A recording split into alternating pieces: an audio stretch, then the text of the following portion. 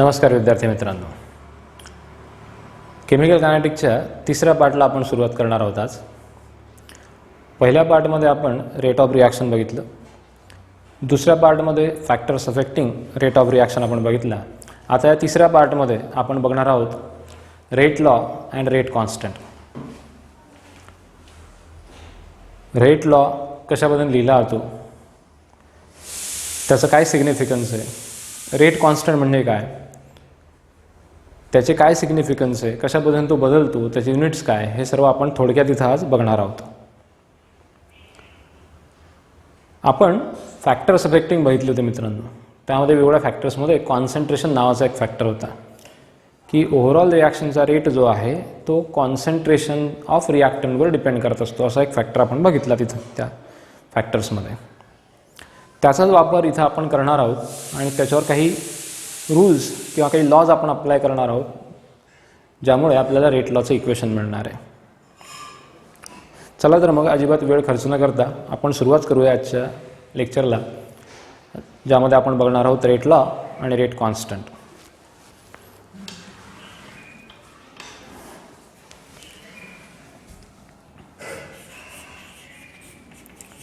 Rate law and rate constant.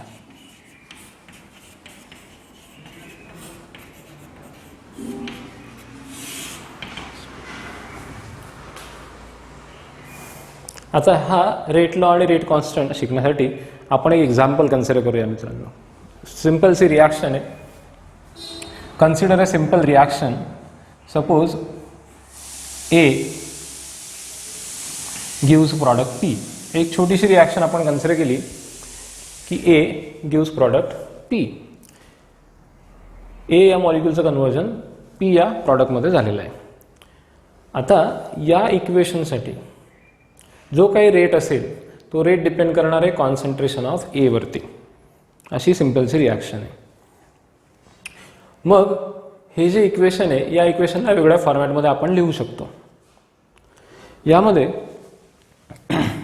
इथं suppose याचा coefficient मी small ए दाखवला. कॅपिटल ए हा रिॲक्टंट आहे, स्मॉल ए हा कोइफिशियंट आहे आणि प्रॉडक्ट पी मध्ये कन्व्हर्जन होत आहे. तर आपण केमिकल इक्विलिब्रियम या चॅप्टरमध्ये लॉ ऑफ मास ॲक्शन शिकलो मित्रांनो. Law of mass action. According to law of mass action, rate of any chemical reaction is directly proportional to product of, इथं प्रॉडक्टचा अर्थ मल्टिप्लिकेशन आहे, product of concentration terms of reactant with each concentration term raised to a power which is numerically equal to its stoichiometric coefficient in a balanced chemical equation. याचा अर्थ according to law of mass action, according to law of mass action,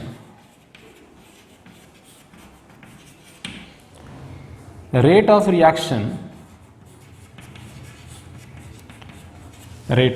reaction is equal to rate of reaction not equal to actually directly proportional to product of reactant concentration. आता इथे एकच reactant म्हणून प्रॉडक्टचा संबंध येत नाही. Reactant concentration कोण आहे, reactant A concentration, with each reactant concentration term raised to a power which is numerically equal to its stoichiometric coefficient in a balance chemical reaction. Balance chemical रिॲक्शनमध्ये स्मॉल ए हा capital एचा stoichiometric coefficient आहे. म्हणून rate of reaction directly proportional to capital A race to A. मग आता हे जे rate of reaction आहे हा इनिशियल कॉन्सन्ट्रेशन किंवा कुठलं कॉन्सन्ट्रेशन ऑफ रिॲक्टंटला डिपेंड करतो. त्याची पॉवर स्मॉल ए अशी आहे. आता हे जे इक्वेशन मित्रांनो हे थेरॉटिकल आहे. आता असंच दुसरं इक्वेशन आपण जर कन्सिडर केलं, असं दुसरं एक्झाम्पल एक म्हणून कन्सिडर केलं. समजा ज्यामध्ये capital A small A plus small B capital B, small A capital A, small B capital B. Capital A and capital B are the reactants, small A and small B are the coefficients of capital A and capital B which converted into products. consider general. Then according to law of mass action,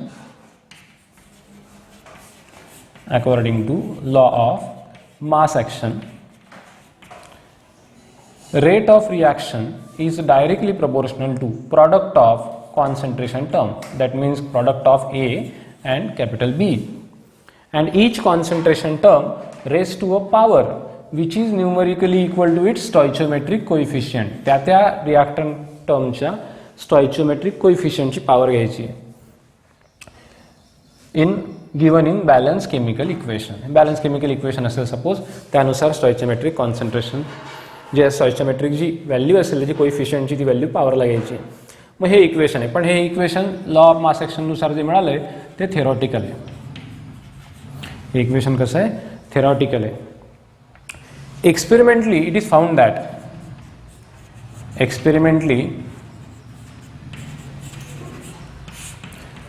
that most of the times capital A raised to A and capital B raised to B हे सापडत नाही most of the times. हे equation थोडं change होतं. Experimentally this equation found to be as R, rate of reaction directly proportional to product of concentration terms A and B raised to a power x and y, where summation of x plus y may or may not be equal to summation of A and B. Summation of x and y may or may not be equal to A and B. Likewise, A आणि x ची value सारखी असू शकते किंवा नसूही शकते. B आणि y ची value सारखी असेलही कदाचित नसेलही, डिपेंड करतं. तसंच हे इक्वेशन जर म्हटलं तुम्ही तर हे इक्वेशन तुम्हाला असं मिळेल R directly proportional to concentration of A raised to suppose n. A raised to n in general equation तुम्हाला मिळालं. आता हे जे इक्वेशन मिळालं तुम्हाला मित्रांनो, हे जे इक्वेशन मिळालंय, ज्याला इक्वेशन आपण मी इथं याला B नाव देतोय, इक्वेशन स्मॉल b, याला इक्वेशन स्मॉल a, हे दोघं इक्वेशन प्रॅक्टिकल आहेत, एक्सपेरिमेंटल आहेत. हे दोघं जे इक्वेशन्स आहेत ते एक्सपेरिमेंटल इक्वेशन्स आहेत. एक्सपेरिमेंटल प्रॅक्टिकली हे इक्वेशन मिळतात. Equation small a and small b are known as rate law. या इक्वेशनला रेट लॉ म्हणतात. जे वरती इक्वेशन मिळालं आपल्याला ते लॉ ऑफ मास ॲक्शननुसार मिळालं, जे की थेरॉटिकल होतं. पण प्रॅक्टिकली असं होत नाही. प्रॅक्टिकली इक्वेशन थोडं बदललेलं असतं. प्रॅक्टिकल एक्सपेरिमेंटेशन नंतर आपल्याला कळालं की इक्वेशन बदललं आहे. पण जे इक्वेशन ॲक्च्युअल प्रॅक्टिकल नंतर तयार होऊ शकतं त्या इक्वेशनला आपण रेट लॉ असं म्हणतो. Equation small a and small b are rate laws, are known as rate laws, त्यांना आपण रेट लॉज म्हणतो किंवा रेट लॉ इक्वेशन असं म्हणू शकतो. आता हे इक्वेशन अजून आपण वेगळ्या पद्धतीने सुद्धा लिहू शकतो. आपल्याला माहिती आहे रेट ऑफ रिॲक्शन म्हणजे काय असतो. Rate of reaction directly proportional to reactant आहे. But rate of reaction in terms of reactant कसा लिहिला जातो? Rate of reactant in terms of reactant लिहिताना आपण लिहितो negative sign, minus sign for disappearance, minus sign change in concentration upon change in time. म्हणजे तुम्ही minus dc/dt असं लिहू शकता, which is directly proportional to concentration of A raised to x and concentration of B raised to y. आता इथं C for concentration of reactant आहे मित्रांनो. C is a concentration of reactant आहे. तसंच हे इक्वेशन इकडे आपण लिहू शकतो. समजा R डायरेक्टली प्रोपोर्शनल, R च्या ऐवजी आपण minus dc/dt is equal into directly proportional to A raised to n असे लिहू शकतो. मग हे जे इक्वेशन आपल्याला मिळाले, सपोज मी या इक्वेशनला A नंबर फर्स्ट नंबर नाव देतो, याला इक्वेशनला 2 नंबर नाव देतो. आता जे इक्वेशन फर्स्ट सेकंड आहेत, या इक्वेशनमध्ये जी प्रोपोर्शनॅलिटी साईन आहे ती आपल्याला रिमूव्ह पण करता येईल. ती सपोज तुम्ही रिमूव्ह केली तर रिमूव्ह केल्यानंतर तुम्हाला प्रोपोर्शनॅलिटी कॉन्स्टंट ॲड करावं लागेल. आता हे जे इक्वेशन 1 and 2 आहे, equation 1 and 2 are known as differential rate equation,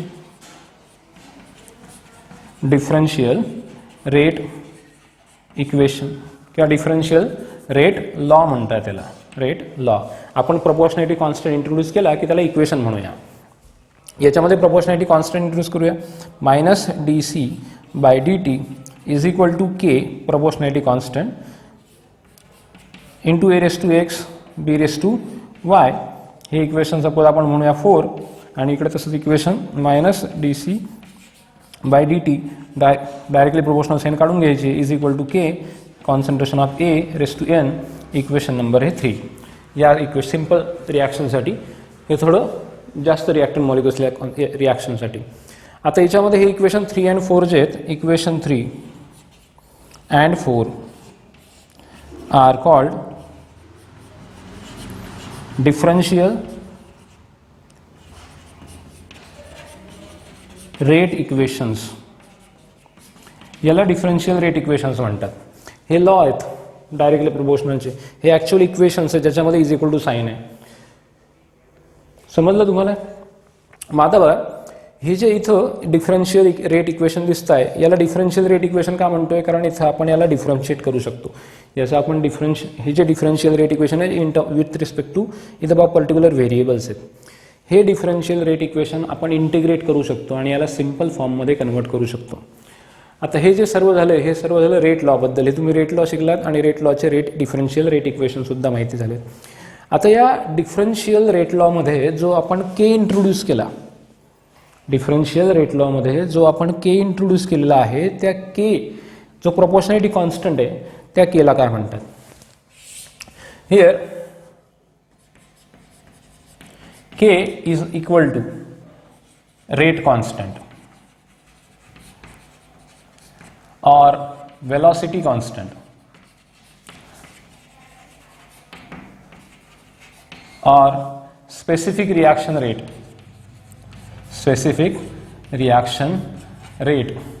or decay constant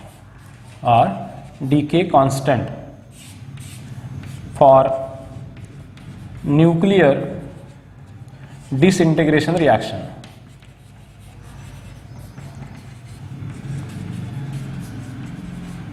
nuclear केमिस्ट्रीमध्ये किंवा तुम्ही तुमच्या रेग्युलर सिलेबसमध्ये फिजिक्समध्ये पण न्यूक्लिअर फिजिक्स शिकला असाल, त्यामध्ये जेव्हा न्यूक्लिअर डिसइंटिग्रेशन रिॲक्शन्स होतात, ज्या की फर्स्ट ऑर्डर रिॲक्शन्स असतात, त्या रिॲक्शनमध्ये जो कॉन्स्टंट असतो प्रोपोर्शनॅलिटी कॉन्स्टंट, त्याला डीके कॉन्स्टंट किंवा डिसइंटिग्रेशन कॉन्स्टंट असं सुद्धा म्हणतात.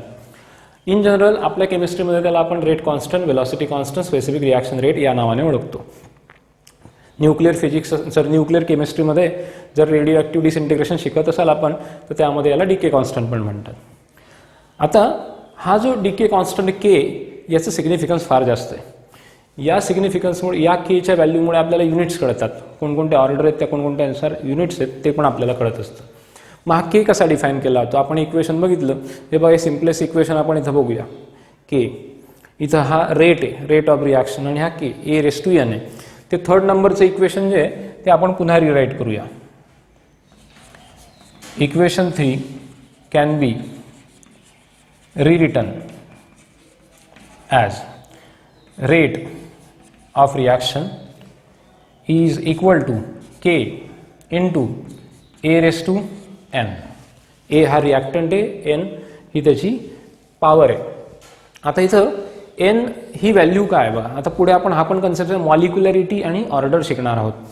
ही जी रेट लॉमध्ये एक्सपोनेन्शियलच्या ज्या टर्म्स आहेत, रेट लॉमध्ये एक्सपोनेन्शियलच्या ज्या टर्म्स आहेत, म्हणजे तुम्ही इक्वेशन 1, 2 आणि 3, 4 मध्ये, इक्वेशन 1 and 2 मध्ये जर विचार केला तर 1 and 2 मध्ये स्मॉल ए आणि स्मॉल बी मध्ये इथं जे रेट लॉचे एक्सपोनंट्स, रेट लॉमध्ये जे कॉन्सन्ट्रेशन टर्मचे एक्सपोनंट्स आहेत त्याची समेशन केली तर तुम्हाला ऑर्डर मिळते.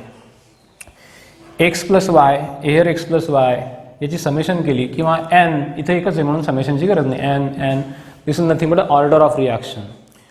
आणि जर तुम्ही लॉ ऑफ मास ॲक्शनचं जे इक्वेशन आहे त्याच्यामध्ये कन्सिडर केलं एक्सपोनेन्शियलची ॲडिशन ए प्लस बी, तर ही मॉलिक्युलॅरिटी इंडिकेट करते. Small A plus small B is molecularity, small X plus small Y is order of reaction. म्हणजे थोडक्यात एन इथं जो दाखवतो आपण तो एन काय आहे? ऑर्डर ऑफ रिॲक्शन आहे. N, what is N?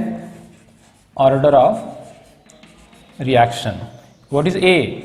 Concentration of reactant. What is k? Rate constant.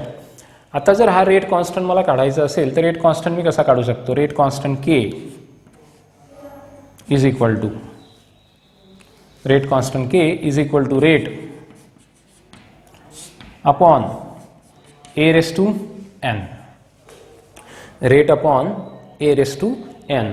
हे झालं केचं इक्वेशन, वेलॉसिटी कॉन्स्टंटचं इक्वेशन. आता या इक्वेशनमध्ये याला डिफाईन कसं करू शकतो? या इक्वेशनला आपण डिफाईन करू शकतो K is equal to rate, K is equal to rate if concentration of A is equal to 1 molar, 1 molar solution. एचं कॉन्सन्ट्रेशन 1 मोलर सोल्युशन असेल तर के इज इक्वल टू काय असतो? रेट ऑफ रिॲक्शन असतो. मग आलं थेरॉटिकली कसं define करणार बघा. मॅथमॅटिक्सवरून थेरॉटिकल डेफिनेशन्स आपण सांगतोय. What is velocity constant? Velocity constant can be define as rate of a chemical reaction, rate of a chemical reaction at unit concentration, unit म्हणजे 1, unit concentration of reactants. A हा reactant इथं. पुन्हा एकदा, what is velocity constant? Velocity constant is defined as rate of a chemical reaction at unit concentration of reactant. म्हणजे रिॲक्टंटचं concentration 1 असेल, A, B, C जितके reactant असतील त्या सर्वांचं कॉन्सन्ट्रेशन 1 असेल तर त्या केसमध्ये वेलॉसिटी कॉन्स्टंट हा रेट ऑफ रिॲक्शन एवढाच असतो. लक्षात ठेवा, कारण एनची व्हॅल्यू कितीही असली तर 1 raised to anything always equal to 1, 1 raised to anything always equal to 1 होतं. जर ही पूर्ण टर्म 1 झाली तर k is equal to rate मिळणार आहे आपल्याला. समजलं? मग k is equal to rate. मग आता याचं हेच इक्वेशन आपल्याला मिळालं ह्या कंडिशनला. हे झाली डेफिनेशन. ही काय झाली? याची डेफिनेशन झाली. Definition at unit concentration of reactants असं म्हणू शकतात. At unit concentration of reactants velocity constant और rate constant is always equal to rate of chemical reaction. हे सुद्धा म्हणू शकतो आपण. आता याचं जनरल एक्सप्रेशनने आपल्याला युनिट कॅल्क्युलेट करायचं आहे. व्हॉट इज युनिट ऑफ के? जर असं झालं तर युनिट ऑफ के काय? जे रेटचं युनिट आहे. पण असं नाही होत मित्रांनो. इथं एनची व्हॅल्यू बदलली तर युनिटसुद्धा बदलतं. आपण या इक्वेशनवरनं केचं युनिट कॅल्क्युलेट करूया. K is equal to what is rate? रेटचं युनिट काय असतं? रेटचं युनिट असतं मोल पर लिटर आणि per second. For example A काय? कॉन्सन्ट्रेशन आहे. ए कॉन्सन्ट्रेशन म्हणजे काय? Mole per litre race to N. मग हे जर तुम्ही कन्सिडर केलं तर हे इक्वेशन पुन्हा तुम्हाला असं मिळेल, mole per litre per second. आणि हे इक्वेशन परत तुम्ही लिहू शकतात, mole per litre whole raised to हे एन आहे पॉवर, वरती जाताना काय होईल? Minus n. हे काय होईल? Minus n. बेस सेम आहेत, बेस सेम आहेत आणि मल्टिप्लिकेशन युनिटचं जर तर काय करावं लागेल? ॲडिशन करावी लागेल. दोघांची आपण ॲडिशन केली, सपोज -1 मायनस एन, तुम्हाला 1 मायनस हे इक्वेशन चेंज होऊन मिळेल. आता हे बघा, हे मोल पर लिटर हे अशा पद्धतीने लिहू शकतो मी याला, मोल per litre race to 1 mole per litre race to minus n. जर तुम्ही हे सॉल्व केलं तुम्हाला इक्वेशन मिळेल mole per litre whole raised to 1 minus n per second अशा पद्धतीने, किंवा concentration raised to 1 minus n per second हे तुम्हाला युनिट मिळालं. आता हे युनिट डिपेंड करतं ऑर्डर ऑफ रिॲक्शनवरती. जर रिॲक्शनची ऑर्डर 0 असेल, जर रिॲक्शनची ऑर्डर 0 असेल तर इथं 1 मायनस 0 म्हणजे 1 येईल. मग कॉन्सन्ट्रेशन पर सेकंड तुमचं युनिट असेल. जर रिॲक्शनची ऑर्डर 1 असेल तर 1 मायनस 1 0 होईल, फक्त पर सेकंद हे तुमचं फर्स्ट ऑर्डरचं युनिट असेल. जर रिॲक्शनची ऑर्डर 2 असेल तर 1 मायनस 2 याचा अर्थ -1. मग तुमचं फायनल जे सेकंड ऑर्डरचं जे युनिट असेल ते असेल mole inverse litre per second. Mole inverse litre per second. या पद्धतीने या जनरल इक्वेशनवरून तुम्ही 0 order, first order, second order, third order रिॲक्शनचे युनिटसुद्धा कॅल्क्युलेट करू शकतात. कोणासाठी? के या व्हॅल्यूसाठी. What is K? K is a rate constant, velocity constant और स्पेसिफिक रिॲक्शन रेट. मग आपण या व्हिडिओमध्ये काय काय बघितलं? रेट लॉ बघितला. आधी आपण जनरल इक्वेशन कन्सिडर केले. जनरल इक्वेशनवरती आपण law of mass action apply केलं. ते अप्लाय केल्यानंतर आपल्याला एक थेरॉटिकल इक्वेशन मिळालं. त्या थेरॉटिकल इक्वेशनचं प्रॅक्टिकल जो ॲप्रोच आहे, प्रॅक्टिकल आउटकम आहे, ते प्रॅक्टिकल आउटकम आपण नोट डाऊन केलं. त्या प्रॅक्टिकल आउटकमला आपण रेट लॉ म्हणतो. त्याचं डिफरन्शियल रेट लॉमध्ये कन्व्हर्जन केलं. त्या डिफरन्शियल रेट लॉचं डिफरन्शियल रेट इक्वेशनमध्ये कन्व्हर्जन केलं. आणि त्या डिफरन्शियल रेट इक्वेशनवरून आपण के कॅल्क्युलेट केला. आणि तो के कॅल्क्युलेट केला. केचं आपण डेफिनेशन बघितली, केचे आपण युनिट्स बघितले. म्हणजे जसजशी ऑर्डर बदलत जाईल तसं केचं युनिटसुद्धा बदलत जाईल. असं तुम्ही म्हणू शकतात की unit of rate constant is order specific. Rate कॉन्स्टंटचं जे काही युनिट असेल ते ऑर्डर स्पेसिफिक असेल. ऑर्डर बदलली तर युनिट बदलेल, ऑर्डर बदलली तर युनिट बदलणार आहे. प्रत्येक ऑर्डरसाठी रिॲक्शनचं युनिट वेगवेगळं असणार आहे. आता याचा फायदा काय? या रेट लॉचं एक सिग्निफिकन्स आहे. या रेट लॉवरून तुम्हाला कुठल्याही रिॲक्शनची ऑर्डर सांगता येते. What is significance of rate law? It is useful to tell or predict order of any chemical reaction. कारण रेट लॉमध्ये ज्या एक्सपोनेन्शियल टर्म्स असतात कॉन्सन्ट्रेशनच्या, त्यांची समेशन केली तर आपल्याला ऑर्डर मिळते. Now see here, x is a order with respect to A, y is a order with respect to B, but summation of x plus y is the overall order of reaction. सर्व एक्सपोनेंटची addition केली तर overall रिॲक्शनची order मिळते. Individual एक्सपोनेंटचा विचार केला तर ती ऑर्डर असते with respect to that concentration term only. दुसरं, वेलॉसिटी कॉन्स्टंटचं सिग्निफिकन्स काय? By predicting the unit you can predict the order of reaction, और by identifying the unit you can predict the order of reaction. कुठल्याही velocity कॉन्स्टंटचं unit बघून तुम्ही order explain करू शकता किंवा ऑर्डर तुम्ही प्रिडिक्ट करू शकता. हे त्याचं मोस्ट इम्पॉर्टंट सिग्निफिकंट आहे. म्हणजे तुम्हाला कुठलाही प्रॉब्लेम दिला असेल आणि तुम्हाला युनिट दिलं असेल, जर एखाद्या टर्मचं कॉन्सन्ट्रेशन टर्मचं वगैरे, नुसतं युनिट बघून तुम्हाला ऑर्डर आयडेंटिफाय करता येऊ शकते की त्याची ऑर्डर काय असेल, त्या पर्टिक्युलर रिॲक्टंटची किंवा त्या ओव्हरऑल रिॲक्शनची ऑर्डर काय असेल हे पण कॅल्क्युलेट करता येईल. रेट लॉवरून तुम्हाला ओव्हरऑल ऑर्डर काढता येईल. ठीक आहे मित्रांनो, हा झाला आजचा टॉपिक आपला रेट लॉ आणि रेट कॉन्स्टंट. इथं आपण थांबूया. पुढच्या व्हिडिओ लेक्चरपर्यंत धन्यवाद.